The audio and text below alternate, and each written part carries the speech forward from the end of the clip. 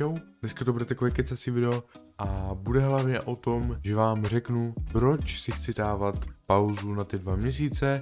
Hlavním důvodem je, že si budu vydávat na lepší počítač, protože ten můj už na ty videa, které chci natáčet, tak úplně nestačí. Další důvod je, že už 2 roky, tak každý týden vyšlo video. Samozřejmě jsem si některé videa přetáčel, co vím, tak jsem měl pauzu maximálně asi 2 týdny možná. No každopádně moc pauzy jsem tam neměl a jednoduše nechci vyhořet, že jo.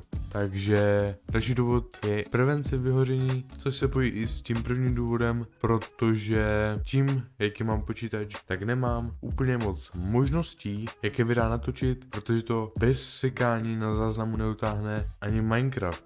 Kdyby aspoň ten šel bez sekání nahrát, tak bych měl ještě nějaké nápady navíc, které bych mohl využít. A jasně, mohli byste říct, dáme tě jako tak natoč něco v realitě. To je dobré řešení, ale momentálně se nechci odhalovat, takže to nepřipadá v úvahu.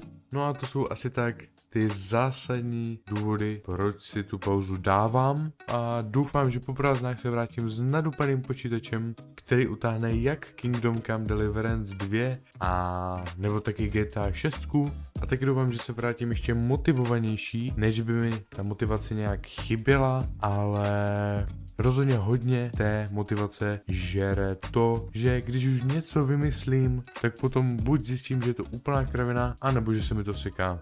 No ale když jsme se bavili o té GTA 6, tak vám chci moc poděkovat za to, jaký tam byl úspěch u toho videa. Už jsem vám za to děkoval sice v minulém videu, ale na to, jak velký je můj kanál, tak ta sledovanost byla hodně nadprůměrná, tak mi přibylo hodně odběratelů, které jsem dával už na konec minulého videa a ti, kteří dali odběr až později, tak budou na konci tady tohohle videa. No ale ty moje emoce byly takové smíšené, než by mi vadilo, že to video má úspěch, ale spíš jsem cítil zodpovědnost za to, jaké bude další video, které vydám. Dle mého názoru to video mohlo být lepší než jenom video z GeoGuessru, ale to je tak jediná hra, která mě baví hrát, dokážu ji komentovat a neseká se mi, respektive neseká se mi ten záznam.